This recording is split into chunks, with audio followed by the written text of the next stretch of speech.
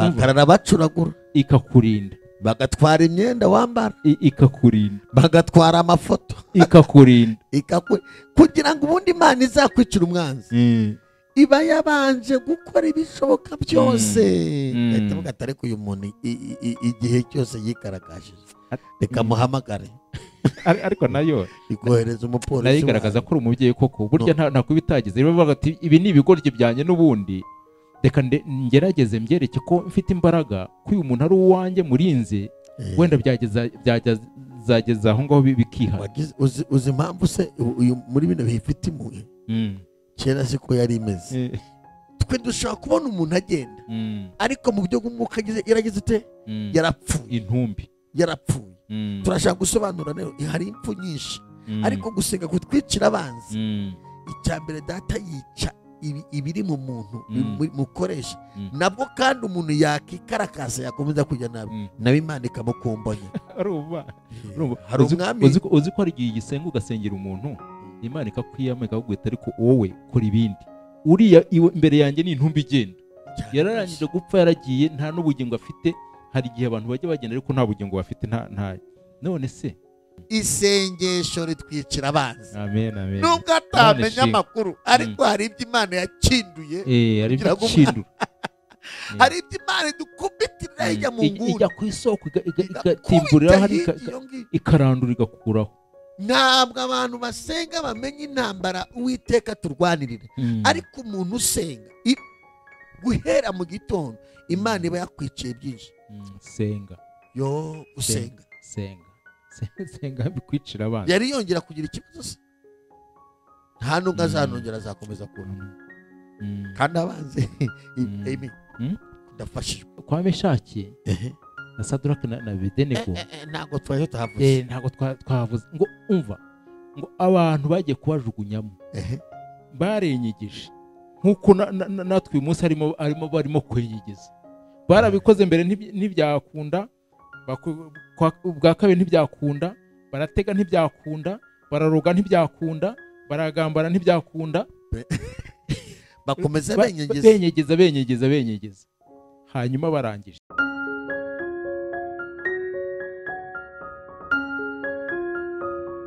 Kongeye kubaha ikaze inshuti za Gusengerwa, abari mu gihugu cyacu, abadukurikiye bari ku migabane itandukanye y'isi, tubahaye ikaze. Amazina yanjye ni Harerimana Warisi, nanjye nitwa Rutayisire Emile.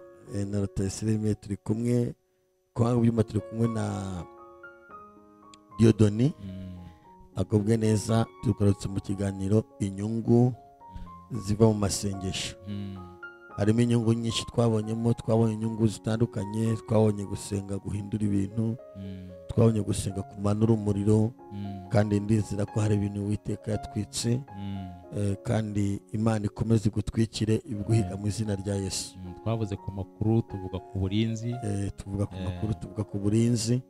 Ndahamya neza ko abantu bakurikira gahunda y'ijambo ry'Imana, inyungu ziva mu masengesho, ndahamya neza ko hari icyo mubona, ndahamya neza ko hari inyungu nyinshi muri kugenda mubona. Uyu munsi uzanye iki? Uyu munsi zanjye indi topike iryoshye, iraryoshye. Ni topike ivuga ngo gusenga kutwicira abanzi, kutwicira ibiturwanya. Imana ikwicira ibikurwanya mu izina rya Yesu. Gusenga kutwicira abanzi, kandi rwose nta n'impamvu yo kugira ngo Satani akomeze yikarakasa imbere y'abantu. Gusenga kutwicira abanzi. Uyu munsi tugiye kuvuga ibintu bikaze. Erega buriya ari ukuntu ibibazo biza bikakwizirikaho, ariko umunsi umwe akazaza imbaraga zibigukuraho. Nukuri burya se ntibiba byapfuye, byapfuye. None se bipfuye ntubaho, ubaho. Ibyo nibyo dushaka kuvuga rero. Bakuzi Bagusengerwa, abadukurikiye, urarika umuntu kandi tubone kubashimira abantu mubona ijambo ry'Imana, mubona mukarisharinga, ndetse mukanakora subscribe, ndetse mukanakora commentaire, mukabagenda mutwandikira comment. Turushaho kumenya gutegura n'ibindi bizaba byabagira akamaro. Gusenga kutwicira abanzi. Mana we utwicira abanzi uyu munsi. Kandi abanzi bari hari benshi. Bantu b'Imana tugiye kureba koko ese ko gusenga gushobora kutwicira abanzi. Turaza kora abantu basenze abanzi babo. None se buriya ntituruze kugirana ibibazo n'abantu babandi bigisha ubuntu butangaje ngo ibintu byose Yesu yarabirangije, nta gukorwa niyo wakora ibintu byose ukica ukibuka sambana ugakora ibintu byose. Oya abariya ntacyo badutwara. Buri muntu wese afite imyemerere ye, ariko twe turavuga ibyo tuvuze muri Bibiliya. Ubundi se burya abanzi bawe iyo usenga neza ubanye n'Imana ntibahita baba abanzi b'Imana? Uhereye mu itangiriro ukagera mu byahishuwe. Ibi bitabo, iki gitabo cyabira n'ikindi cyane. Iyi Bibiliya ubona ahantu igenda igaragaza abantu bagiye basenga Imana ikabicira abanzi. None se hari umuntu uba umwanzi w'Imana hanyuma akabaho? Oya. Si no kubicira abanzi. Bibiliya ahantu henshi igenda ivuga abantu bapfuye bazize Imana gusuzugura, basize ubugome, bazize cyane rwose kurenganya ubwoko bwayo. Nta n'umuntu wigeze arwanya Imana ngo abeho ngo inamushyiremo n'imiyaga. Nta n'umuntu warwanyije umuntu w'Imana. Icyubahiro cy'Imana ntigikorwaho ngo bimworohere, ugikoraho ugapfa. Uyu munsi ubundi tubaho gusenga kirabanzi. Buri muntu wese afite umwanzi. Umwanzi wa mbere ni Satani. Ubundi banavuga abanzi ngo ni abanzi ntabwo ari imiyaga. Umwanzi wa mbere ni Satani. Satani ntagaragara. Satani rero ntagaragara. Nta nubwo Satani yivana mu marimbi ngo yivane ikuzimu cyangwa se amadayimoni ngo imyuka mibi, buriya ntabwo byizana. Bizanwa n'abantu bafite ubugome, bajya kubihamagara bagatanga amafaranga bakabicira. Urumva mu isi hariho ibyiciri. Hari abantu basenga Imana yo mu ijuru, Imana Data n'Umwana n'Umwuka Wera. Hari n'abandi bayobotse Satani. Twemeranywe n'uko Satani abaho azengereza isi. N'utamwemera azamubona yamunize. Ntabwo tugiye kumukorera publicité. Imana imuturinde mu izina rya Yesu. Gusenga rero kutwicira abazimu, kutwicira abanzi. Hanyuma kubera ubugome bw'abantu, nubwo duhite dufashwa, ariko reka tukavuga kubera ubugome bw'abantu rero mu isi hariho abanzi. Nko mu miryango hari igihe abantu bakwanga kuziza amasambu. Abantu ny'abantu da umuntu akakubitisha inkuba. ariko ubwo ntiturimo kwirukankara. Ntacyo, reka twigarukire. Reka tugaruke. Ariko topic ni ugusenga kutwicira iki? Abanzi. Kandi bariho bafite n'ubugome. Reka rero reka twifashishije ngiye kuvuga n'akandi kantu. Reka twifashishije ibyanditse. Noneho rero turakwakiriye n'abantu badukurikiye bimve mu ikaze, ndetse n'abashyitsi badukurikiye bari imbere yacu namwe bimve mu ikaze. Mukubwe neza mu izina rya Yesu. Amen. Gusenga uyu munsi Imana yumve gusenga kwacu. Buri muntu wese dukurikiye gusenga kwa kuzamuke kugira ibintu guhitana mu izina rya Yesu. Amen. Reka dusenge noneho. Tugiye dusenga. Ngo senga. Senga cyangwa rero senga. Reka senge. Ngo senga. Ndikumva nanjye gufashwa. Imana yafashwa rwose, nta tegeko ribihana. Mbese byibuka. Hari amakuru nibutse. Mana turagushimye, tugushimiye imbaraga zawe zikomeye. Tugushimiye umugambi wawe mwiza, tugushimiye ko nta jambo na rimwe ujya uvuga ngo rihere. Tugushimiye ko uri Imana itubeshaho. Tugushimiye ko uri Imana ijya idukuraho igisuzuguriro. Tugushimiye ko uri Imana ijya yumva gusenga. Isi yose ibeshejweho no gusenga. Gusenga byatuzaniye ubuzima, gusenga byatuzaniye imibereho, gusenga byatwiciye abanzi, gusenga byahagaritse imigambi y'abakonikoni, gusenga guhindura ibintu byinshi. Eliya yarasenze umurumanuka mu ijuru, umukubitira zari zize kumufata. Uri Imana rero ijya idukiza abanzi. Reka iri jambo umuntu wese uzabyumva, umuntu wese uzakurikirana iki kiganiro akaba afite ibimurwanya, yinjire mu mavuta, yo gutesha agaciro ndetse no kwizera kuri Imana ibasha kumwicira ibimurwanya.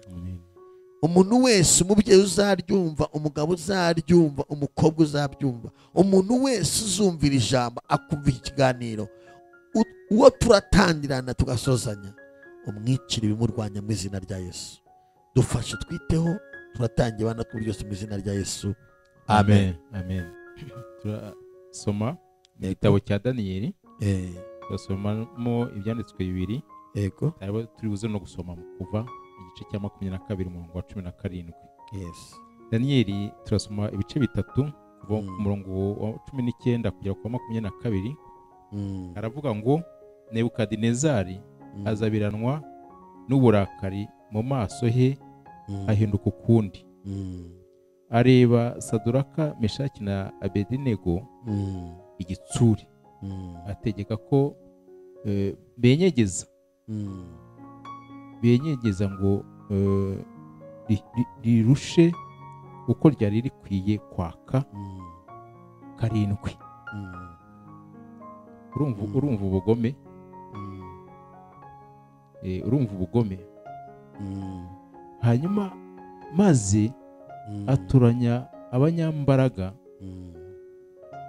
bo mu ngabo ze, abategeka kuboha Saduraka, Meshaki na Abedinego ngo bajugunywe mu itanura ry'umuriro ugurumana. Nuko baboha abo bagabo uko bakambaye amafurebo n'imyambaro n'imyitero n'ibindi bambaye, babajugunya mu itanura ry'umuriro ugurumana. Urumva ubugome? Mu itanura ry'umuriro, itanura ryonyine niyo naryegereye, uhura n'ibibazo. Hanyuma ngo maze ahangaha humve ngo maze kuko itegeko ry'umwami ryari iry'ikubagahu kandi umuriro ugurumana cyane, bituma ibirimi by'umuriro bisumira abo bagabo bari bateruye Saduraka, Meshaki na Abedinego, birabica barapfa, byabica abandi batari bageramo ibirimi. Wari umuriro ukaze. Turashaka kwerekana ubugome bw'abantu. Ibi byakozwe n'abantu. Hari shitani ubonamo hano? N'abantu bagabaniye abandi. Ahanga ni bari ba Meshaki mu itanura rya kumuriro. Noneho ahanga tugiye gusoma ni Daniyeli mu rwobo rw'intare. Turasoma igice cya 6 umurongo wa 24 na 25. Yego. Haravuga ngo umwami ahera ko anezerwa cyane, ategeka ko bakura Daniyeli mu rwobo. Nuko bamukuramo basanga ntacyo yabaye, kuko yari yiringiye yaringiye Imana. Maze umwami ategeka ko bamuzanira ba bagabo bareze Daniyeli, bakabazanana n'abagore babo n'abana babo, babajugunya muri urwo rwobo rw'intare, zibasamira mu kirere. Zibasamira mu kirere, zibamenagurana n'amagufwa yabo, batararushya bagera mu rwobo hasi. Amen. Hanyuma reka tugere no mu Kuva igice cya 22 umurongo wa 17. Haravuga ngo umurozikazi ntuzareke abaho. Amen. Umurozikazi ntuzareke abaho. Ntuzareke abaho. Ubwo tugarutse no kubaroza. None se sabicaye bose nabica. Sabanzi se? Imana igumugisha. Ariko ubundi turimo turavuga Imana ngo itwicira abanzi, itwicira ibiturwanya. Umuntu ashobora kuba nta bintu bimurwanya, nta banzi agira. Ntago bibaho. Ntago utazi ko abafite. Imana iramutse muhishuriye yasanga hari ibimurwanya. Ari mu isi. Ikirikare mu isi. Ari mu isi. Abanzi barimo mu murimo w'Imana, mu kazi, ahehe. Erega Imana ifite uburyo ibigenza. Iyo tuvuga kwicira abanzi mu buryo bw'umwuka ntabwo abantu babyumva neza. Imana itwicira abanzi mu buryo butandukanye. Uburyo bwa mbere, ushobora gusenga Imana umwanzi wawe agahinduka ibimwishe, iba yishe bwa bugome bumurimo na sisiteme zose. Ubwo ni uburyo bwa mbere. Ubwo rero buri munsi, hafi ya buri munsi, abantu bose basenga Imana ibicira abanzi mu ubwo buryo. Hari igihe ujya usenga, hari igihe twagiye gusenga turi matara, sinzi nimba ubyibuka nimba ruhari, haza umurozi aze kuturoga, hanyuma imbaraga z'Imana ziramufata. Turavuga ati umuntu waje kuruga amateraniro natambuka ati ninjye rwose nimbabarira, abarapfukamye, abarihanye, dusenze bimwivugiramo. Uburiya wa munsi Imana yatwiciye abanzi kuko yarakijijwe ahinduka umwana w'Imana. Ubundi hari ibintu, hari imbaraga zikoresha abantu zitagaragara z'ubugome. Satani aza mu muntu akamuhindura ingwe kandi ari umuntu. Nta kuntu ushaka kumva umuntu, uburyo umuntu ashakana n'umuntu baragiye mu murenge, umuntu akica umuntu ngo wumve ngo ni umuntu uba ukiri umuntu. Haba hari ibintu bimurimo bigomba gupfa. Agize Imana agahura na Yesu, bya bintu birapfa. Ni ukuvuga ngo iyo Imana yishe ibimurimo arazuka, bituma yica, bituma agira nabi, arazuka, abaho. None se abaho na wa wundi yahigaga akabaho. Uzi ko Bibiliya ivuga, ivuga ko umunyabyaha agaragara ari intumbi. Niko Bibiliya ivuga. Niko bivuga, ntabwo tubibeshye. Ni ukuvuga ngo twe dushaka kubona umuntu agenda, ariko mu buryo bw'umwuka yarageze ute? Yarapfuye. Intumbi yarapfuye. Turashaka gusobanura rero, hari impfu nyinshi, ariko gusenga kutwicira abanzi, icya mbere data yica ibiri mu muntu mukoresha nabwo, kandi umuntu yakikarakasa yakomeza kujya nabi, nawe Imana ikamukumbanya. Hari umwami uzi ko hari igihe igisenga ugasengera umuntu, Imana ikakwiyama ikakubwira ariko wowe kora ibindi. Uriya imbere yanjye ni intumbi igenda, yararangije gupfa, yaragiye, nta n'ubugingo afite. Hari igihe abantu bajya bagenda ariko nta bugingo bafite, nta. None se hano hanze ni ukuri ukurikiranye amakuru ari hano hanze, ukuntu abantu barimo kwicana, ukuntu abantu biyahura, mbese ibibazo ni byinshi.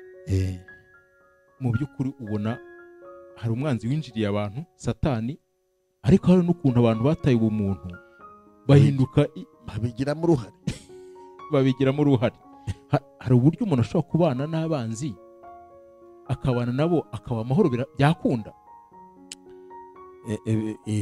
Tubana nabo kubera Imana, atari Imana baguhitana.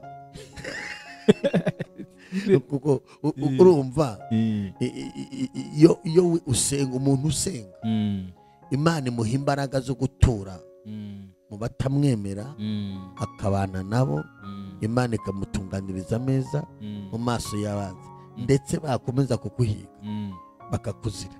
Uzi ko nabonye no mu nyungu zo gusenga, uzi ko burya Imana irabanza ikakwereka, ikaguha amakuru cyane, ikabanza ikakubwira ngo ufite abanzi cyane, ikabanza ikari kwibira cyane, ati mwana wanjye itonde, ufite abanzi, hari kubamenya. Noneho iyo umaze kubamenya rero, ntabwo uterera aho ngaho. Hari igihe nyine umwanzi iyo umumenye, hari igihe umuhunga, sibyo? Ukamuhunga, ukigira ahandi hantu, ukavuga ati ngewe reka nikiriza amagara yanjye, ndabona yasaze yasizoye, atamitana, ukamuhunga. Bibiliya ivuga inkuru nyinshi, igaragaza inkuru nyinshi z'abantu bapfuye bazira abandi. Umwami Herode yapfuye azize Daniel. Mu gitabo cy'ibyakozwe no mu 12, Herode ashaka kwica Petero. Ashaka kwica Petero, yapfuye azize Petero. Yapfuye azize Petero. Petero kuko ari umuntu w'Imana. Herode ngo Imana igihe kubera ubugome gusa.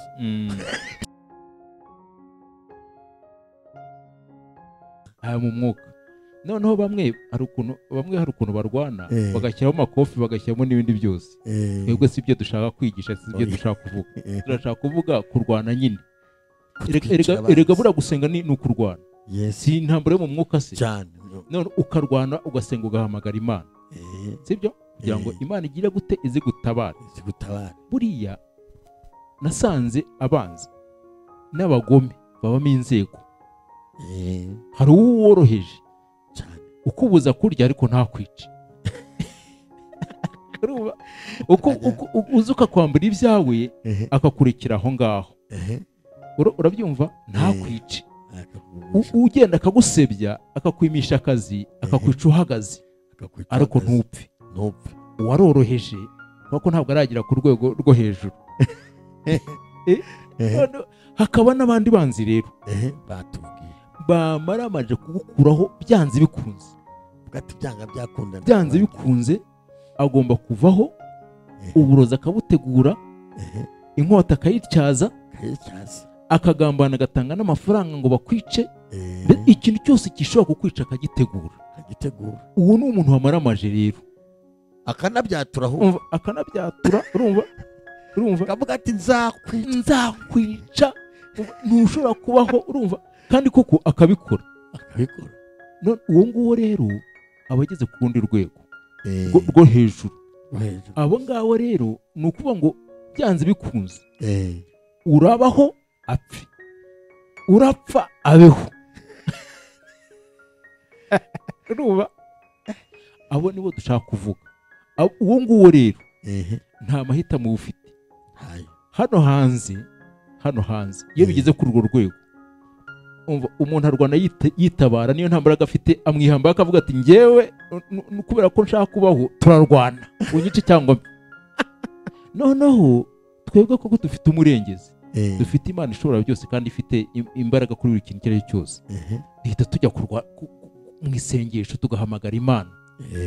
Noneho Imana nayo ikaza, iyo ije rero nayo ishakisha uburyo igukiza, uburyo gutabara. Hari ukuntu Imana igenda ikurinda, ikarundarunda, ikagira gute, igatanga ibimenyetso no ku mwanzi wakabona ko Imana muri kumwe. Abanzi kandi bariho ime werari. Bariho we. Hanyuma hariho umwanzi wamara amaje kukwica. Hariho abanzi baratandukanye buriya. Ari umuntu ukubwira ati nzakwica, ariko wareba ugasanga n'ugukangata. Ugasanga n'ibyo akangata. Umva, ugasanga ntakurusha gusenga, ugasanga cyangwa se ntanasenga, ariko ugasanga niyo mwajya mu ntuzo no mu mitsi ugasanga ntiyagiye icyo gutwara, ugasanga nta mafaranga afite. Ariko hari undi uguhagurukira ukubwira ati ngenda kwica, nzakwica. Umva, gereza akayigushyiramo, akagukanda, washaka akazi akagusanga akakuvanayo, urabyumva, iwawe akahakwimura, umugore ukamukwambura cyangwa ukamukwambura, ku buryo ashobora kugira icyo gukoresha icyo ngicyo cyose. Reka nkubwire, atari Imana yonyine wizeye yamugukiza. Uwo nguwo ntushobora kumukizwa, nta kintu kimwe gishobora kugukiza. Oya ni Imana yo mu ijuru imugukiza. Naho ubundi iyo yaje ameze gutyo, ukenera amaboko y'Imana. Niyo yonyine amugukiza, niyo yonyine ashobora kumugukiza. Kandi nayo yije, reka nkubwire, Imana irarwana, ntimusigaho. Imana irarwana, Imana irabanza, sibyo? Imana ikintu Imana irarinda, irabanza ikakurinda, bakaguha uburozi, ikakurinda, bakakugambanira, ikakurinda, bagatega ibicu, ikakurinda, bakarara bacuragura, ikakurinda, bagatwara imyenda wambara, ikakurinda, bagatwara amafoto, ikakurinda, kugira ngo ubundi Imana izakwicira umwanzi. iba yabanje gukora ibishoboka byose ahita avuga ati ariko uyu muntu igihe cyose yigaragashije reka muhamagare. ariko nayo ikohereza umupolisi nayo igaragaza ko uri umubyeyi koko burya nta kubitagize. Rero bavuga ati ibi ni ibigoryi byanjye n'ubundi reka ngerageze mbyereke ko mfite imbaraga ko uyu muntu ari uwanjye murinze wenda byageza aho ngaho bikiha. uzi impamvu se uyu muri bino bifite impuhwe kera siko yari imeze. umuntu wese yakoraga ikosa yahitaga imwica, yahitaga ikumba, Imana yahitaga yica. Yesu abantu rero bihishe inyuma y'amaraso ya Yesu, abantu rero bigira indakoreka. ubu rero impamvu ubona hariho agahenge, abantu batagwa hera abantu batagwa mu nsengero iturebera mu mwana, ariko nanone iracyakubita irakica. Emi uyu mugabo Daniel usomye uzi ko bamugambaniye bamujije gusenga bakure se, uzi ko yagambaniwe n'abantu bakorana. urereka mubwire, uzi ko ngo bagiye kure basanga arimo yinginga Imana ye ngo arimo yisengera bagateko iki kigabo guhora se ishyari guhora asenga Imana. Baravangurika tumutegere ku Mana ye, nta handi hantu ho kumutegera. Bararebye basanga ahantu hose arakiranuka, hose arakiranuka. uzi ko ari igihe umuntu aguhiga ngo arebe ko azaguhirika ku kazi agacacisha. Imana ikurinda abaguhinze abari guhiga mu izina rya Yesu, ikurinda imitego y'abadayimoni, ikurinda Imana. Uzi ko uyu mugabo Daniel bamutegeye ku Mana ye bahimba ikinyoma. Kandi wera reka nkubwire wenda ntaza kukibagirwa, uzi ko umugome mubi ari wo mu nzu yawe, ari umuntu ukuri hafi. None se wagize nk'Emile umuntu w'umwanzi wawe n'umuntu mwana banje no kubana, hari n'igihe muba mwaraturanye, hari n'igihe muba mwarasangiye mwanahanye n'inka, waramubwiye akawe kose ayiwe cyane rwose, azi ukuryama n'ukubyuka. Satani ashinzwe kubuza amahoro abantu bari bakundanye, ariko Imana igushoboza muri uyu mwaka turimo. Imana igukiza abanzi, ni ukuri ko idukiza abanzi, igukize abanzi. hari aba Emile bavuzeho kandi koko bariho. Nawe utekereze iyo umuntu afata igihe akavuga ati nzakwica, undi agafata igihe akajya gutanga ibitambo. Namwe murebe uburyo. None se hari umuntu wambwiye ngo abantu bose bapfa bapfa igihe cyageze. Hari abantu bapfa Satani abibye kubera imbaraga z'abapfumu. Cyageze gute? None se Imana ikenyura abantu? Ntabwo bakenyura, ni ukuri. Kandi ijambo ryaravuze ngo imvura izana ziburenze igiguhetse. None se umuntu Imana ihetse umurozi aramwiba, Satani aramwiba bigakunda, aramwiba nyine yatabaye maso. Buriya abantu bose Uwiteka kunate Imana kuneteye yaremye abantu bashyiraho ibaha kwihitiramo. Ubu hano twahaje ku mahitamo yacu. Imana ntifite gereza yateguye. Umuntu yamuhaye umudendezo uhagije ngo akore uko ashaka, hanyuma azabibazwe. Hanyuma rero bimwe mu bintu bikora ku bantu ni ukwibagirwa imbaraga z'Imana. Hanyuma n'umuntu ahatasenze ngo wese ahatasenze kugira ngo Imana igire icyo ikora, agahiga mugenzi we amuziza aho Imana imugejeje. None se uyu ngo ababanzi bapfa guhiga umuntu uwo ari we wese? Ushobora ubyara umwana yaza ari uwa mbere mu ishuri kubera ko yabaye uwa mbere mu ishuri, abanzi bakavuga. Uzamura inzu, ushaka kuzamura inzu wayizamura muri karitsiye umujyi wa Kigali, abanzi akagira gute? Bakazamuka bakaguhiga ngo bakwice. Nimba uba mu gipangu cyawe hari abanzi hirya yawe cyane. Ugura imodoka nziza, abanzi bagahaguruka. Uzamuka mu ntera, abanzi bagahaguruka. Urangiza kwiga kaminuza, abanzi bagahaguruka. Igihugu gitera imbere, abanzi bagahaguruka. Nigeze gukora akazi, Imana itwicira abanzi. Nigeze gukora akazi noneho nafite twagakoreshaga moto ya leta urazizi zazindi za leta noneho urumva nagendaga akarere ahantu henshi cyane ngenda kuri moto ubu uri ku karubanda rero sikimwe no mu modoka niki banayizi na plaque bayizi noneho nza kugera ahantu urumva ati kanaka ati barambwe ngo iriya moto niba yamwicaga simbazi ntabwo tuziranye ati niba iriya moto ati kira kigabo ndacyanga niba iriya moto yacica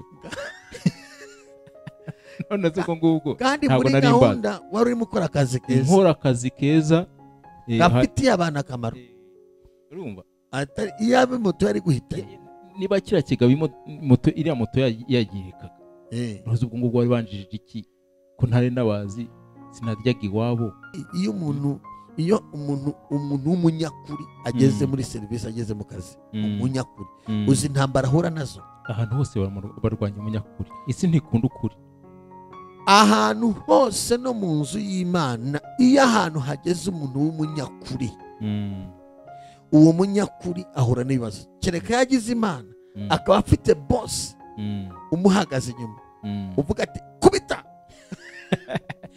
hanyuma na Daniel n'icyo yazize rero Daniel yazize ukuri yazize ukuri kwe baravuze bombi ari ba Meshaki ari na Daniel mu rwo rw'intare na ba Meshaki muri tanura bazize ukuri bazize Daniel yazize yuko yanze kuramya umwami baramurebye bamugiriye ishyari nka kuri wabivuga yabyanze avuga ati ntabwo ndamya bibiri ntabwo ndamya umwami ndamya Imana ishobora byose muremye w'isi n'ijuru ntabwo njya kuramya umwami arabyanga umunsi wo gusenga umwami ngo umukizeho umunsi wo gusenga umwami arabatuya ntabwo basenga umuntu basenga Imana Daniel aravuga ati ndabyanga ba Meshaki no ngo bashyiraho igishushanyo cy'izahabu baravuga ngo iyi niyo Mana yanyu ni muyisenge nabo barabyanga kandi igishushanyo nacyo bari bakiriye umwami kugira ngo kigire imbaraga baravuga ati gira icyubahiro bazajye bagisenga itegeko rikazamuka hejuru rizamuke hejuru baravuga ati turebe uburyo twabica ntabwo bazabisenga hari igihe umuntu agutega ikintu azi kurakigwamo Imana ikahagarara none se urambwira abantu bagambaniwe n'ibwami bakagambanirwa n'abatwari bakagambanirwa na ba minisitiri n'ibiki byose akaba aribo babagambanira urambwira ko ahantu wahivana atari Imana ihakuvanye bakakugambanira no ku mwami kandi bari abagabo bari bakomeye bari bakomeye abagambanira bari bakaze ariko icyo bakoze ni iki kugira ngo Imana ikurwanirire hari ibintu ugomba kubanza kuzuza kugira ngo umwanzi ahagwe hari ukuntu ugomba kuba uhagaze rwose icya mbere barabanje banga gusenga ibigirwamana barabyanga baratsemba barababwira ati umva turabajugunya mu itanura ryaka umuriro turabashyiramo baravuga ati rero Imana yacu iradukiza niyo itadukiza ntabwo turabikora ariko ntabwo tuzigera dupfukamira ibigirwamana ntibibaho umwami bigera n'ubwo babwira ati ninde uri buze kubavana mu maboko yanjye nta wundi kandi yarababwije ukuri hanyuma tubijyanirane wenda no kwa Daniel nawe byagenze ariko Daniel we umwami Dariyo we yaramukundaga cyane bamugambana atabizi abagome reka nkubwire hari abantu bagira ubugome kandi bamujije ngo arasenga icyo ngicyo cyonyine aba aricyo bamuziza umwami aringinga arashakisha nawe umwami nawe bamutega iki itegeko ararisinya maze kurisinya buri uko abigenza hanyuma umva ubugome reka nkubwire hari abantu Imana igomba kuza ikadukubitira byanze bikunze urumva icyambere harimo akarengane bararenganya babipanze babigambiriye uzi ko iritanura nta nubwo baba bajugunyemo uko ryari rimeze barabanje barenyegeza karindwi bakuye inshuro zirindwi ni ukumariramo ubugome bakamariramo n'amahane hari igihe umuntu agukorera ubugome cyane akabukora akamunonosora akabushyiramo amafaranga akabushyiramo uburyo akabuha umwanya agashakisha ubanza bajya no mu bitabo bagashakisha ubugome kugira ngo Yesu ntuzaragize ubugome. urumva noneho no kwa Daniyeli ngo intare babanje kuzisonzesha kugira ngo baze kubajugunyamo zashonje. Ariko Imana ishimwe, Imana ihabwe icyubahiro. uzi ko Imana iyo wayikiranukiye ugakora ibyo ishaka, ukirinda icyaha n'igisa nacyo cyose, ukirinda ikintu cyose cyakora ku cyubahiro cyayo, uzi ko igutanga muri ibyo ngibyo byose, barabipanga ikabireba. Uzi ko byose ibi bireba. Tugiye kureba igituma Imana itwicira ibiturwanya. Tugiye kureba ikintu gituma Imana itwicira. Ninde muntu Imana ubundi yicira ibimurwanya? Umuntu Imana yicira ibimurwanya, icya mbere n'umuntu utagira ishyari, ntagire ubugome, hanyuma ntagambane, ntagendere mu nama z'ababi, ntiyicarane n'abakombanyi. Muri ya Zaburi ya mbere, uwo muntu umeze gutyo kumukoraho ufite akaga, Imana imutabara atanabizi. imurwara atanabizi. Nicyo nani yazize Hamani yarwanyije utungana. Erega Imana yarabamaze nuko Yesu yaje.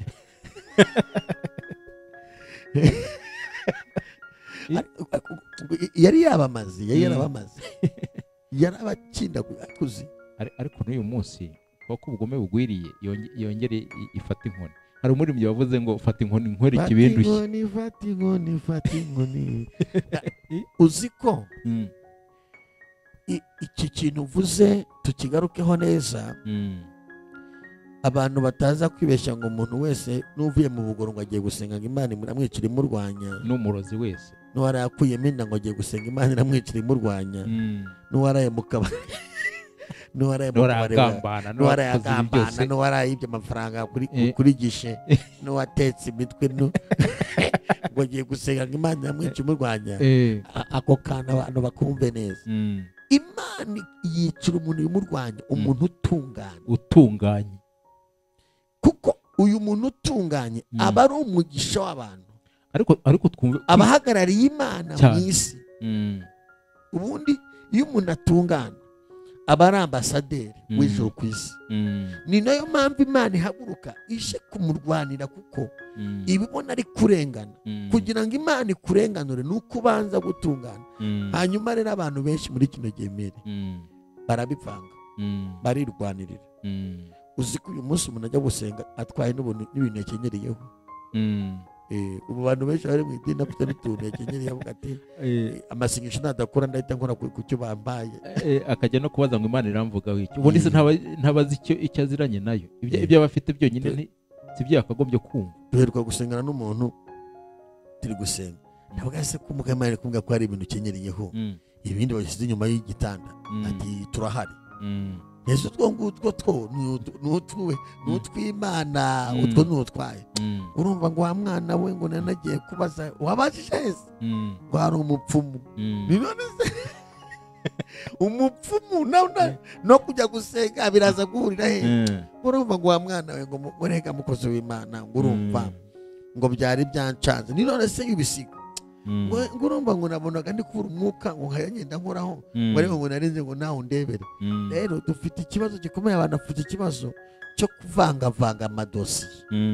Cangura dosiye zawe, nimba ari Imana wakurikiye uyikurikire. Numara kuyikurikira Imana irabona akarengane kawe.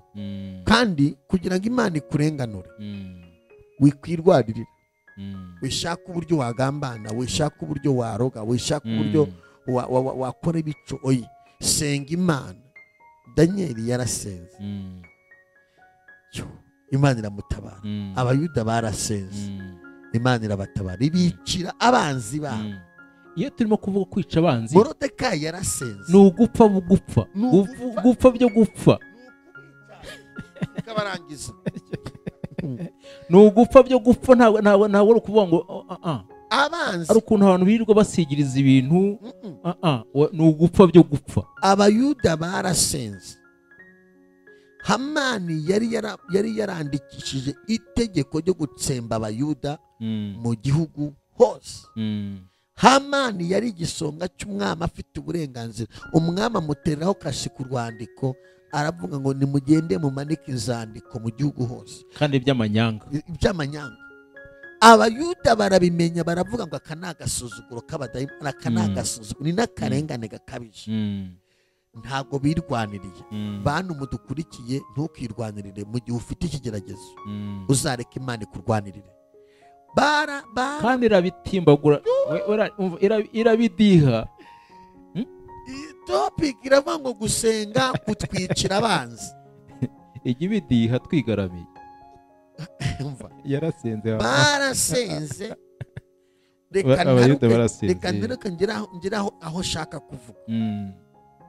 Simvuze uburyo Imana yakoreye Moridekayi ku irembo, ibitangaza, uburyo Hamani yagiye amutambagiza umurwa. Ibyo ntabyo ushaka kuvuga. Ndashaka kuvuga icyahitanye Hamani, icyatumye Hamani apfa, ndetse n'umwanzuro wa Hamani ukavaho. Ntabwo aba Bayuda ntabwo bigeze birwanirira. Oya. Esiteri ageze ibwami yatumye ku Bayuda, arababwira ngo nibafata y'itatu. Gusenga kutwicira iki? Abanzi. Abwira Abayuda, arababwira ati nubwo ndi umugore w'umwami ntibihagije, nimufata y'itatu. Tureze Imana icyubahiro. Nimufata y'itatu. Aravuga ati mwabantu, ntabyo kuvuga ngo turakomeye, ntabyo ngo nabaye umugore we. Mufata y'itatu. Ukomera utugiye gupfa. Erega ahantu bigera ugasenga yo kwiyahura, kuko n'ubundi uba ugiye gupfa. Kubwiza abantu kuri bakamenya ubuhungira ahantu wahungira iminsi mibi n'ibiguhiga n'ibigucukurira inzobo, ukwiye kumenya ukuri. Numenya ukuri uzamenya uburyo usenga. Barafasha y'itatu abana babo, ababyeyi, abapapa, abakobwa, abasore, bose baravuga ngo Uwiteka turengere. Kandi basengaga babona amatariki yegereje yo kugira ngo Abayuda bapfe. Ariko utekereza, ugeze ahantu umwami yasinye, umwami nyir'igihugu yasinye ngo upfe, yateyeho ikashi. ubwo urumva wajya gusenga wujenjetse. Tureze Imana icyubahiro. Ndakubwira impamvu.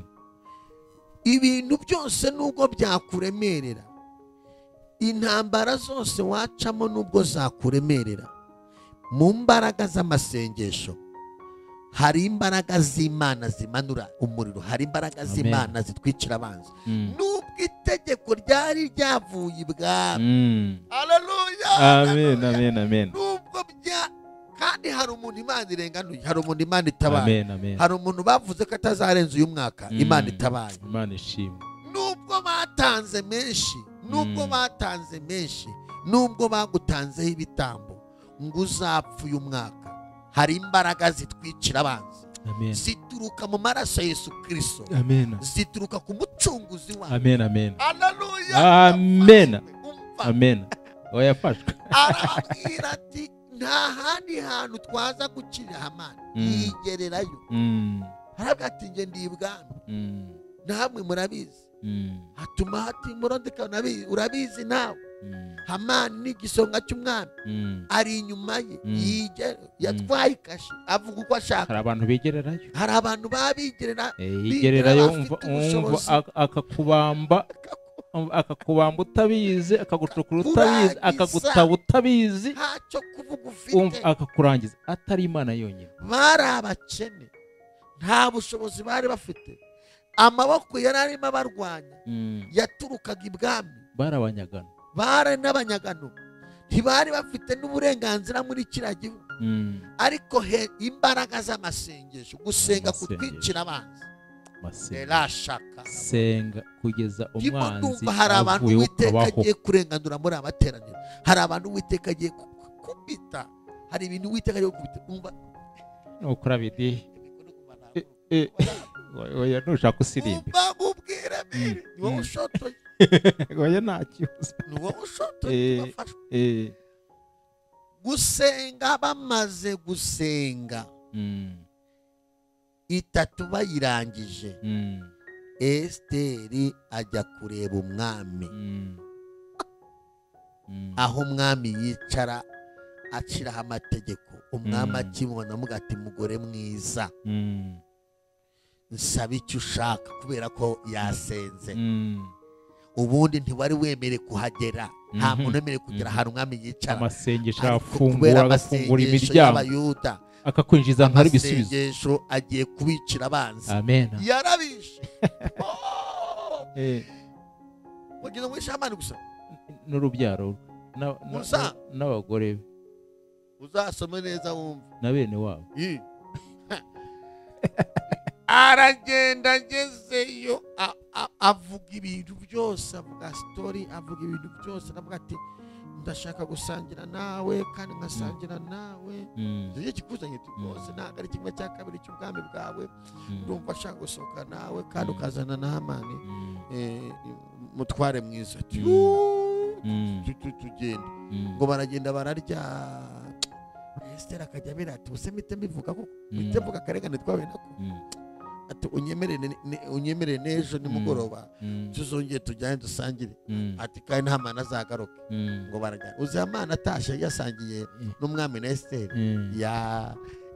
y'Imana igiye kudukubitira abanzi, irabanza ikabegeza hafi, ikabashokashoka, ikanabereka yuko nta kibazo, ikabagira nk'imbaga, ikanabereka yuko bakumenyereye, ikanabereka ko watwaye umwana wawe wa mbere azatwana uwa kabiri. Ibagira nk'imbaga, imbaga igiye kuzitwikura zegeranye. Imana igukubitira abanzi. Turabihanuye mu izina rya Yesu. Hari ibyo utaruzi bikuriho biguhesheje aho ngaho. Umwami ageze ngo Hamani ageze iwe abwira umugore n'abana ati ati nari mfite ikibazo gikomeye ko Esiteri yageze ibwami, noneho misiyo yanjye ipfuye, naho Esiteri ni mugenzi wanjye, turi kumwe. ati si yageze bite yadusohoka njye n'umwami twariye twahejeje. ati noneho ka Morodekayi ahubwo ndahita nkarangiza, ni ugutegura urumambo n'aba Bayuda bose ndabarangiza, ntamenye yuko Rwagakoco imwubikiriye. Umuntu usenga afite Imana, turasenga Imana kandi yigucecekana kandi wasenze, ubundi ikubikira ibikubikiriye. Umunsi wo kugira ngo biguhitane, Imana ikabitanga ikabihitana, ukajya ubira ugasanga yabihitanye. Imana iguhitane ibyo guhitana mu izina rya Yesu, ibihitane. Ubuhanuzi burangize se? Urangize. Yewe data we, ijara umugore wa kabiri barahura, barasangira, barariye. Umudamu ati nyakubaha, ndagira ngo mvuge ikindi ku mutima. Ati kivuge. ati ubona ko twicaye n'uyu mugabo, ati igisonga ntukibona, ati ari njyewe mugore wawe, ari n'Abayuda bose uzi, harabura iminsi mike ngo bose bicwe. ngo umwami ati vuze ngo iki? Niri yicira umugore ati ubu tubona ndi kugusezera, nagira ngo ndage. Kandi buri abadamu rero, cyangwa umudamu ni yakugezeho yabanje kukugaburira akakuguyagura. Hari umuntu urega umuntu ntiyikure mu nzara, umudamu yakureze kugira ngo uzamuke. Yabanje kugusha neza umugabo. Ariko kuki batajya bagira abungu, batajya bagira ubwo bwenge? Barabufite se buriya? None se barabirirwa basenya bigenda gusa? Si bose, ariko ubanza hari abawubuza. Ariko Imana ibaha ubwenge. Abadamu Imana ibaha umugisha.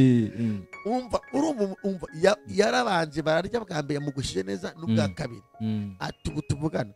Kandi buri mudamu ntabwo avuga nk'uko abagabo bavuga, avuga n'amarira.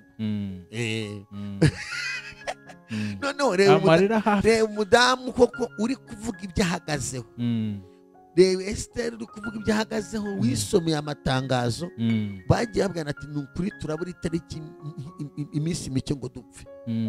Reba arimo abwira umwami ngo reba akarengane. Umwami ati vuze, aravuga ati nuko bimeze ubu turagiye, ibindi byakurikiyeho ni umuriro. ngo Hamani ngo yagiye kumusaba imbabazi, amupfukama imbere nyine ati umwami agiye arebye asanga amupfukamye imbere ati noneho ugiye kumfatira n'umugore. umwami yasohotse nk'ugiye hanze gatoya ngo agarutse asanga ngo Hamani apfukamye imbere ya Esiteri ati washyize nk'imiyaga watugiriye imbabazi wangiriye imbabazi ngo umwami ntabibonye ati ye baba we noneho urashaka kwicira umugore umwishe nanjye mani bya bintu navuze kuko biraharura mwishe ngo ako kanya Imana igukubitira abanzi ishaka impamvu. Abayuda barashubijwe, Imana ibikira abanzi babo irabahana, Hamani arapfa bamukata igihanga. Biri mu ijambo ry'Imana. Inzandiko hasohoka izindi nzandiko zivuguruza izari zananditse zo kwica Abayuda, bajyana izindi bivuga se n'ibindi byose. Oya rekera aho ngaho hanyuma tugaruke nine turi gusobanura uburyo Imana yicira abana babo. Rega ari ukuntu abantu bajya badusuzugurana Imana, umuntu ugasenga, umuntu akagusuzugurana Imana, umuntu akaguhigana Imana, umuntu agashaka kwicana Imana, none kugera nubwo avuga ati nzareba n'Imana yawe, akanabikubwira ati urasenga nzareba Imana yawe ariko ugomba gupfa, ntugomba kubaho, ugomba gupfa. Agashyiraho n'amatariki, agashyiraho n'uko uzapfa, akabipanga nk'aho ari we Imana, nk'aho ari we Imana yawe. ayiwe ariko turajya ngo tubwire abantu, tubwire abasenga, tubibutse ko mu ijuru hari Imana, basenge bazi ko hari Imana ishimwe, irwana ikanesha, igatsinda, kugera n'ubwo itemera ko upfa, ahubwo igishaka kukwica akaba aricyo gipfa mu mwanya wawe. icyo ni ukuri. Hanyuma tubwire n'abashaka kwica abandi, bashatse babireka bagakizwa. uzi ingabo nyinshi Imana itanga kugira ngo tubeho. uzi ibyitwicira buri munsi. uzi abantu badukurikiye iby'Imana ihora ibicira. uzi imigambi ya Satani Uwiteka yishe ku buzima bwawe. uzi abarozi Uwiteka yahagaritse ku buzima bwawe. uzi ibyaguheza Imana yakuzigama. Kimwe se bibiri se. uzi ibyamize Imana ikanzigama. uzi ko buri munsi Imana ifite ingabo nyinshi itanga ku bwacu. N'ubu hari ibitashaka ko tubyuka. uzi ibiguhiga ngo bikunige n'injoro upfe. Reba abantu barara babura umwuka kandi bawufite. uzi ibyaguciye umugongo byashaka ko upfa ariko Imana irahaba. uzi ibintu biguhagurukiye bikakudindiza bigafunga imiryango yawe. turashimira Imana itwicira abanzi. Imana ishimwe. turashimira Imana itwicira abanzi. uzi ibyahize abana bacu ngo bangirike. turi kumwe n'umubyeyi w'icyaro aradukurikiye. bamurogeraga umwana agahwera. ako tushimira agahwera. hari icyo mbesheho agahwera nuko nyine atajya kuri kamera igihe kitazagera. igihe ntabwo cyari cyajya n'ikigihe tuzamura akatwema tuzabwa muzana atanga ubuhamya.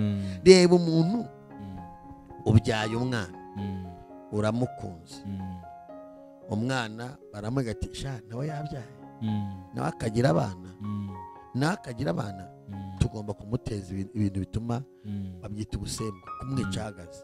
ariko gusenga ngo twicira abanzi. abamagara kuri telefone ntamuzi, ubu nibwo mubonye. turasenga, kuva twasenga umwana ni muzima. ubwo wavuga ngo ni igicuri. kuva twasenga umwana yahise amutaraga. uzi impamvu yamutaraga se? isengesho ritwicira abanzi. nubwo atamenya amakuru ariko hari ibyo Imana yakinduye. hari ibyo Imana idukubitirira ijya mu nguni, ijya ku isoko igatimburira hari ikarandura igakuraho. ntabwo abantu basenga bamenya intambara Uwiteka turwanirira. ariko umuntu usenga guhera mu gitondo Imana iba yakwiciye byinshi. senga senga bikwicira abana. yari yongera kugira ikibazo se? nta nubwo azanongera, azakomeza kubona. kandi abanze ndafashijwe. nubwo turimo twegera ku musozo reka twinjire mu buzima busanzwe tubwire abantu reka tubanze turebe sibyo turebe turinjira mu buzima busanzwe ariko tubanze turebe ko iriya nkuru yarangiye kwa Meshaki na Saduraka na Abedenego ntabwo twavuze ntabwo twavuze ngo umva ngo abantu bagiye kubajugunyamo barenyigije nkuko natwe uyu munsi barimo kwenyegeza barabikoze mbere ntibyakunda bwa kabiri ntibyakunda baratega ntibyakunda bararoga ntibyakunda baragambana ntibyakunda bakomeza benyegeza hanyuma barangije baterura umuntu abantu bavuzweho n'Imana inshuti z'Imana abantu basenga umuriro bawenyegeje noneho barangije ngo bashaka abantu bafite imbaraga babandi bizeye batari buze guhusha nkuko uyu munsi barimo gushakisha nyine ibikurangiza Imana ibadukize ibikurangiza bitegwe kujugunyamo ngo birangire ariko ngo batari bagezamo ibirimi by'umuriro byabasamiye aho ngaho bahita bapfa birabica gusenga kutwicira abanzi bapfira hehe hirya y'itanura ntibapfire mu itanura ariko abageze mu itanura Imana ishimwe ariko umva Imana ikunda abantu bayo unyumvire nawe barabateruye babajugunyemo ababateruye umuriro urabagobeje hirya y'itanura apana mu itanura urabasanganira urabacinduye nyamara bajugunyemo babayeho ni ukuvuga ngo ubugome rero barimo gucura abari bo bufata ubu se nkubwire ngo ikime ubu se wageze ngo ntihari abatujugunyemo Imana ikabakubita tukaba tuhumeka ubu se mwe mudukurikiye ntihari abakujugunyemo uyu munsi ukaba ugihumeka ubu se abavuze ko uzapfa warapfuye abavuze ko usigaze izuba rimwe se warapfuye abaguhaye iminsi se warapfuye abakubitse se warapfuye ahubwo data wa twese ajya azenguruka akatunigira ibyari bigiye kuduhitana ariko abagabo bahuye n'ingorane reba uteruye abantu wanategetswe uzi icyo bivuza bisobanura ngo uteruye ntaterurwa umuteruye ntande hari abantu bateruye bidaterurwa rero haleluya Imana ishimwe bivuga ngo gasopu ubuteruye ntagira ate ntaterurwa nubwo mwumviye bamwe ngo mubateruye ni nk'ikimenyetso Imana yahaye abanzi ba Saduraka na Meshaki bari bari aho ngaho yarabwira ati we reka mbereke mwabagenga mwereka mbereke uyu muteruye ubundi muteruye murabazi umuriro bagomeje barapfuye bo ntibapfa uzikita ubisoze neza abantu bataza kugira ngo aba bajugunyemo barapfuye oya ntago habonetsemo uwa kane habonetsemo uwa kane hanyuma umwami ahita yerekwa ngo mbonye n'uwa kane ngo ntitwajugunyemo batatu ngo mbonyemo n'uwa kane ngo kandi mbonye ari umwana w'Imana uzi ko ahise yerekwa babajugunyemo bamwe barapfuye basa naho batashye hagati tuzagaruka tuze kureba ivu barataha aho ntabwo batashye kwa Meshaki ntabwo yigeze ataha aho ngo byabereye aho ngaho babiboneye aho ngaho umwami ngarebye yabiboneye aho ngaho ahamagara babagabo arabahamagara ati twajugunyemo bangahe kandi turabona n'inzu ngo baraza basanga ngo babonamo n'uwa kane aravuga ngo mbonyemo n'uwa kane ngo ntitwajugunyemo batatu ngo mbonye n'uwa kane ngo kandi mbonye ngo ari umwana w'Imana ngo asa n'umwana w'Imana ngo ndabona abagabo bagenda mu muriro ngo bagendamo mu muriro ngo batatu ngo ari kuwa kane garasa n'umwana w'Imana hari ibidatwikwa hari abadapfa hari ushobora gukoraho Imana ikizira yo yonyine ikakugubanya ikagusumbanya ugahura n'akaga ariko Imana igita umwariza abanzi mwuka byaramo wowe ntabwo uri kubyumva reba abanzi baba bagabo reba abantu barimo bavuga ati oye barahiye oye arasebye oye bayimusoyemo oye Kigali namubonye oye nazarwubaka, oye inzara izamwica. Bari abantu bati oye abana bazamunanira, oye azumva ubuhanuzi. Imana izagutunganyiriza ameza mu maso y'abanzi bawe, nirangiza hari n'ibyo izahitana. Reba abantu bose bari bari aho ngaho bakabona umuriro uraka. Bibiliya ivuga ko wari wazimye, warakaga. Kandi bari benshi, abayobozi bose bari bari aho ngaho, ba bantu bose bakomeye mu gihugu bari ahantu hose hari umwami, abayobozi bose bagomba kuba bari aho ngaho. Reba abantu bose bari aho ngaho bakajya bareba amata, ariko se uyu ni umuriro, ni amazi, ariko Imana irengera umuntu w'Imana. Mbega gusiga kunari byiza we. Bavuyemo Imana igomba gusha. Bavuyemo ndawakiriye. Mbega gusiga kunari byiza we. Reba abantu bose bashungereye, abantu basenga. Aca n'inza n'ingoyi zose akazica. Nkubitira ibindwanyamana, nkubitira ibindwanyamana, nkubitira ibindwanyamana, abarozi barara barwana, nkubitira ibindwanyamana, abarara bacuragura, nkubitira ibindwanyamana.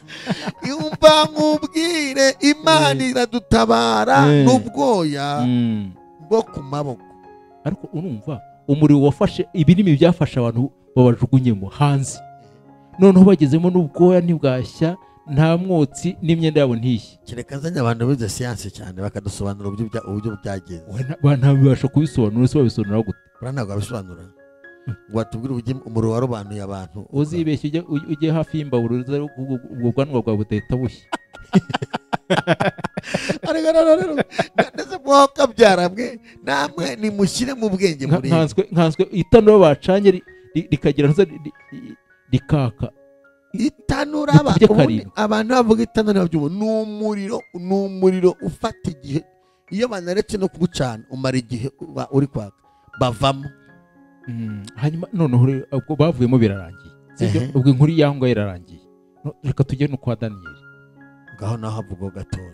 Kwa Daniyeli bamujugunyemo babanje gusonzesha intare. Intare yashonje, umva ntijya inama, ikibonye cyose irica ikarya ibikeneye gushyira mu nda. Kandi nta kintu na kimwe, waba umuntu waba inyamaswa, yaba nini yaba ntoya, irarya nta kintu, icamo kabiri. Hanyuma noneho barazisonjera, bavuga ati mva aka kagabo turareba ibyako n'Imana yako. Barazisonzesheje bazibuza no kugenda, bazishyira mu rwobo aho zitagenda.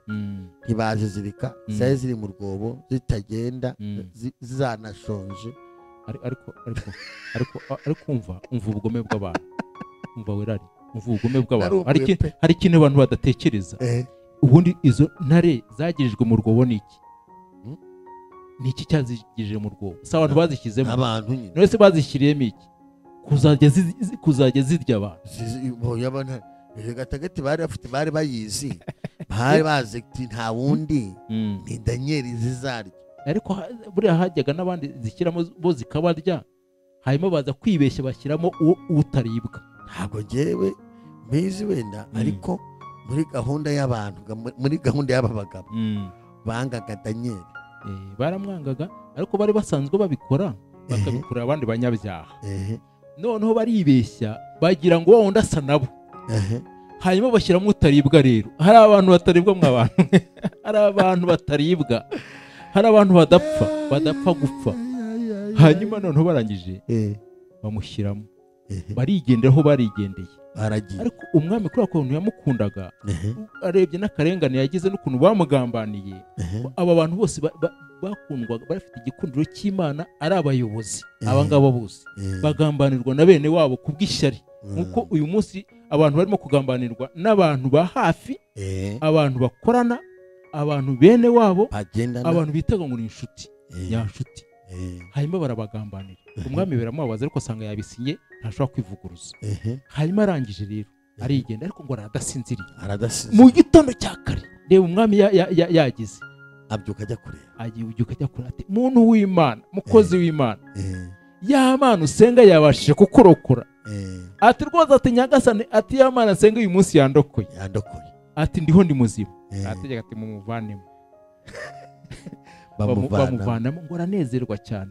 Arangiza atumva rero munshakire bya bigabo yamuga ati mubizane n'abagore babo n'abana babo hanyuma akebe bamugiriye mu bajugunyemo, ubundi urwo bagucukuriye nibo bazarujyamo. Amen. Amen. Imana ishimwe. Erega hari igihe ubundi hanuye ari igihe ako kantu abantu bakumve bankurikiye. Ubundi urwo bagucukuriye nibo bazarujyamo. Amen. Ntabwo nzari bande sinzi uwo mbwiye, ariko n'umwuka w'Imana ambwira ngo ubwo bagucukuriye abarucukuye bazarujyamo. Barujyamo mu izina rya Yesu. Babagabo barabazanye n'abana babo. Hanyuma rero uretse akantu gasoze none se barabazana. Erega bibaye byinshi n'abana babo barabazanye. Baravuze ati rero uzi ko ari byo koko, kandi babazanye abarinzi bagiye kubazana barabwaga ati rero izira ntari zijyana na Danieli yagiyemo ntabwo zamuriye ntabwo muraza kuvamo. Ntabwo zijyana ntabwo zamuriye.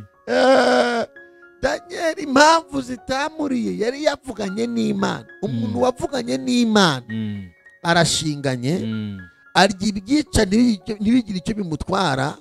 Imana imugarura no kuri finale akagaruka. Barabafata ngo bajugunyamo. Bibiliya yavuze ngo zibasamira hejuru zibamenagura amagufa yabo zirabakanjakanja. Singe hahera abanzi. Imana igukiza abarozi mu izina rya Yesu. Ijambo twasubiranye mu kuva ryavuze ngo umurozikazi ntuzareke agira ute abaho. Hanyuma rivugeho nasoze. Hanyuma ko tumenye uko umuntu asenga, ko hari ukuntu umuntu asenga Imana ikamukiza abanzi kandi ikabamukiza bapfuye, kubera yuko hari umwanzi utabana uko byagenda kose. Uwo nguwo agomba gupfa niba ushaka kubaho. Rero ugomba gusenga ku buryo Imana imugukiza. None ijambo ry'Imana ratubwiye ngo ntitukareke umurozikazi abaho. Dusenge gute, tubigenze gute kugira ngo tubashe kubaho? Bantu munkurikiye abari ku mpera z'isi yose, Abanyarwanda n'abantu bese munkurikiye mukunda Imana, ijambo ryavuze mu kuva kangahe 22:17 22:17 havuze ngo umurozikazi ntuzareka agira ate abaho. Umurozi akwicira abana, umurozi agutwara ubushobozi, umurozi agutwara ubwenge, umurozi adindiza iterambere ry'abantu n'iry'igihugu n'iry'umuryango. Umurozi ashinzwe kuza abantu amahoro. Umurozi ntashobora kwishimira ineza y'umuntu, ntashobora kwishimira aho ugeze. Bibiliya iravuze ngo umurozikazi ntuzareka yote abaho. Imana ikurinda umurozi imugukubitira kumvire mu nzira mu izina rya Yesu. Ntabwo ari wowe uzamurwanya, ntabwo ari uzajya kumwica, ntabwo ari uzajya kumuhiga. Uzasenga Imana imugukubitire. Kandi mukubita neza. Kubwiye ngo uzanjye kumureba hanatuye mu rwanya. Wowe usenga Imana igukubitira umurozi. Umurozi udatuma abana bawe biga. Umurozi utifuza ko wakishima. Umurozi uhengera umuntu yubatse ushatse umugore muri mu kwezi kwa buki. Agatangira kubyimbisha umugeni ibirenge, agatangira guca umugongo umugore, umurozi uhengera abana bari ku ishuri, bari mu cyane bari kwiga, agatangira guteza abana kwikubita hasi, guteza umwana igicuri kubera ko yabonye ko umwana azavamo ahazaza. Imana igukubitira mu izina rya Yesu. Turimo turahanura mu butsinzi mu izina rya Yesu. Umurozi uhengera utangiye kugira agaciro, ufite inzozi zaheza hazaza, urimo n'amango byanga byakunda numva hari ikintu nzagira mu mwaka, akaza agafunga imiryango yawe. Imana igukubitira umurozi. Reka mbwira abantu benshi ngo ikintu kibajegereje n'abanzi, kandi abanzi harimo n'abarozi. Imana ikurinda abarozi, abarozi b'amagambo, abarozi baterekera, abarozi bagambana, abarozi bitwaza inzaratsi, abarozi bacisha, abarozi bajya kuzana ibitega, abarozi bohereza amahembe. abarozi, Imana ikurinde abarozi mu izina rya Yesu Kristo, ikurinde umurozi arakuruga akaroga n'inzara. Ubu dufite abana b'abakobwa baheze aho ngaho kubera abarozi, dufite ababyeyi babuze abana kubera abarozi, dufite abantu ibyabo byashize kubera abarozi, dufite abarara batangaho ibitambo. Imana ikurinde abarozi. Abarozi basigaye bajya bakarwanya n'umurimo w'Imana. Abarozi bakaroga n'amakipe, abantu bari gukina umupira, umurozi araza akaroga abakinnyi, uwo mukinnyi abakinnyi bose akabavunagura imigongo. Imana ikurinde abarozi. Abarozi Imana ikurinde abarara bazenguruka inzu yawe. Abarozi bakaroga n'imodoka umuntu agendamo, ukayigura ari nshyashya ikarenga umuhanda, ukawuhombye watanze, wagira amahirwe ukaba muri muzima ubaye ikimuga. Imana ikurinde abarozi. Ngende umugabo wo kubihamya. 2015 barandoze ndi kuri moto, nkora agisida, akaguru gacikamo ibice bitatu, ndi sehashika. Umurozi arampamagara ari mu gitondo arambwira ngo uracyariho? Ntindiho. Akaguru ntago bagaciye, ngo turimo twabazi inka, turi kuri iri gitaramo, tuzi ko twishe umuhanuzi. Ndamubwira ntabwo nzapfa, nzarama. Ndashima Kristo ko ndiho, nubwo uyu munsi ifite ubumuga ariko ndiho. Ndabwira umuntu wese uzengerejwe n'abarozi ko dufite Imana idukiza abarozi. Umurozi kazi ntuzareka abaho. Umurozi uwo ari we wese Imana imukurinde. Ese wagize ngo ubuzima ufite nuko utazi gukora? Ntagaruka abantu atazi gukora. Hari ibibadindiza. Umurozi atega indege akajya gushaka imiti hanze, komanda, akavana mu bihugu byo muri Afurika navuze, akajya gushaka amarozi, agashora amafaranga. Umurozi ashora amafaranga akajya kuruguma. Kandi umurozi arwanya iterambere ry'abantu. Jewe nibaza umurozi uzi ko umurozi afata umwanzuro, bamwe bacuragura, uzi ko afata umwanzuro akajya gucuragura yambaye ubusa. Ntabwo ndamubona njya mbyumva. Bibaho, ariko nabo nindushye baragowe. Bibaho hari n'ababafata. Uzi kubona umugore wambaye ubusa cyangwa umugabo wambaye ubusa arimo kugenda adiha. Bafite n'ibindi navuze bagenda badihisha, akarara adiha usinziriye. Kandi nawe ngo warabumvise. Narabumvise nyuma babyihorera.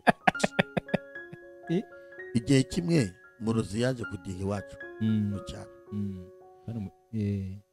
Mu cyaro nari twari twavuye i Kigali ta mu cyaro. Noneho utashye mu cyaro, abantu bazi ko azanye amafaranga, bazi ko mbese umunsi mukize. Noneho ndavuga ariko rero nubwo mukemara materi soko ujye gusenga ninjoro, soko ujye gusenga. Ndasohoka njya gusenga kuko Imana ajyanye nyine ku murozi. Njya gusenga hari nka saa 8. Urumva ugiye gusenga, iyo unavuyeyo ugenda witwaye gahoro uvuga ati nta mpamvu gusakuza. Naho kuma Imana irajya nginyereke uko haze hameze. Ngiye kubona mbona umuntu araje yambaye bututu n'ibina, akazenguruka ku idirishya abona araye, agasimbuka agacuragura, akazenguruka kugipa inzu, azenguruka. Noneho ndahagarara, ndavuga se vuza induru. Kandi hari abantu batajya bemera ko ibintu bibaho. Ngo iki baracuragura bakajya n'ibindi bamena hejuru y'inzu, ukajya kumva kuva nk'imisenyi bamenye hejuru y'inzu, ukibaza se ibintu bikibaye. Naho barimo baraguhunika, barimo barakwangira, batwara ubwenge, batwara ubutunzi. Naravuze uyu muntu nimvuza induru nta kibirafata, reka nkomeshe basi. Ndamwenge ndavuga nta kintu uzadutwara. Imbaraga z'Imana zigukurikirane mpaka. Ndagutwitse kugabije imbaraga z'umuriro wa Yesu Kristo zigufateme. Abarirutse ntabwo yigeze nta kimenyetso cyamugaragayeho. Ibindi ndabyihorese, reka tubyihore turi kuri kamera. Ariko umenye ko Imana yaramukubise. Imana yaramukubise. Hari n'abandi ibyo ngibyo babizi, hari n'abafata bikamera ukuntu. Imana igukiza abarozi. Ntabwo ari uko utazi gusenga, ariko duhanganye n'imbaraga zo mwijima. Ariko biravuze ngo umurozi kazi ntuzareka abaho. hari ibyaguhagurukiye tugiye gusenga Imana. senga usoza. Nimba ufite ibikurwanya, nimba ufite imbaraga z'amarozi zikubuje amahoro, nimba ufite ibihiga iterambere ryawe, nimba ufite ibihiga akazi kawe, nimba ibyo ukora ubona bidakunda, ntiwirwanirire, hongera kuri Yesu. Umwami Yesu azi icyo azakora ku buzima bwawe, kandi no kuba ugihumeka n'imbaraga z'Imana. Imana igukiza abanzi, Imana igukize imbaraga z'abarozi, Imana ihe ishusho ibyawe, Imana ikingura imiryango yawe, Imana iguhindura amazina mu izina rya Yesu. Amen. Imana igutabare bimenyekane ko ari Imana igutabara, Imana ikuremera ibyishimo nubwo abarozi bibwira ko utazongera kwishima. Turahanuye muri amatano ngo Uwiteka kuremera ibyishimo. Imana igusohorera imbaraga izizengurutse ubuzima bwawe. Turavuze ngo zikurweho n'amaraso ya Yesu Kristo. Turatangaze ngo wakire impinduka idasanzwe mu buzima bwawe. Yesu Kristo akubohore, abohora umutima wawe, abohora ubuzima bwawe. Twinjiye mu mavuta yo gusenga. Nawe aho udukurikiye upfukama ubwira Imana, wasenga uhagaze ubwira Imana ngo Mwami, nkiza imbaraga z'amagurukiye, nkiza ibimbuza amahoro, nkiza ibituma murandwaragurika, nkiza ibituma ndata amahirwe, nkiza ibituma nasinzira, narwaye indwara inanira abaganga, iyo yananiye abaganga irimo Satani. Bwira Umwami Yesu ngo Mwami ntabara, nkiza ibimejeje iwacu bituma nagira agacyo ntashaka, ngo nanjye nagira amashimwe nk'ay'abandi bafite.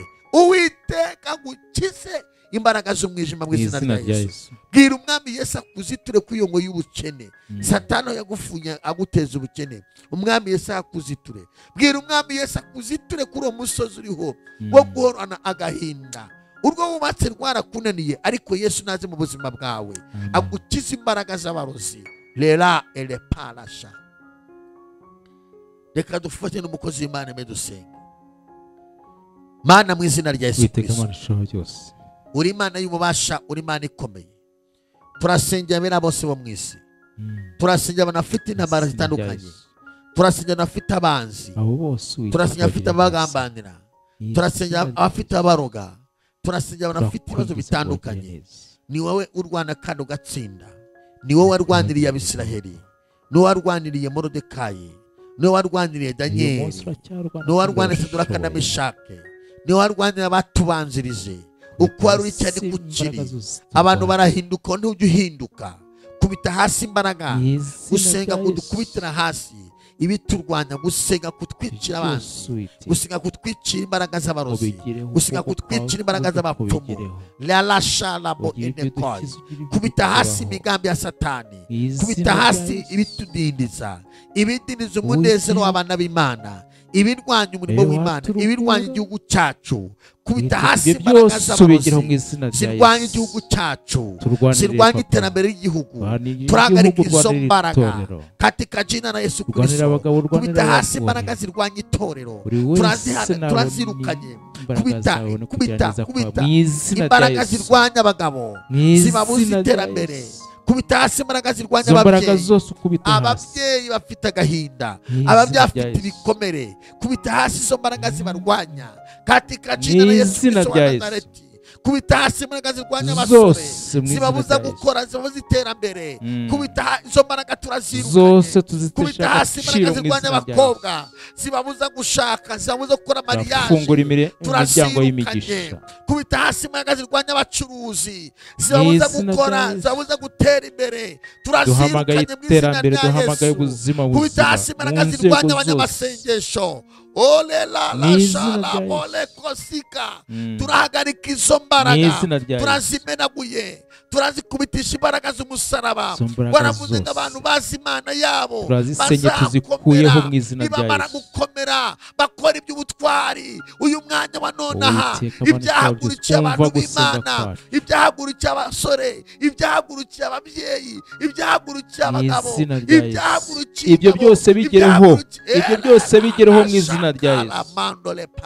Izo mbaraga turazirukanye, turatangaje impinduka, turatangaje amahoro. Umuntu wese wakurikira ijambo, umuntu wese wakurikira ikiganiro, gusenga kutwicira abanzi, umuntu wese wizeye yizeye nabona ineza bimubere yawe uko yizeye, abona ubuzima muri Muha Yesu amahoro. Kristo, abona impinduka, Umuhe umunezero. umuzanira impinduka, Mugirire impinduka neza. nziza.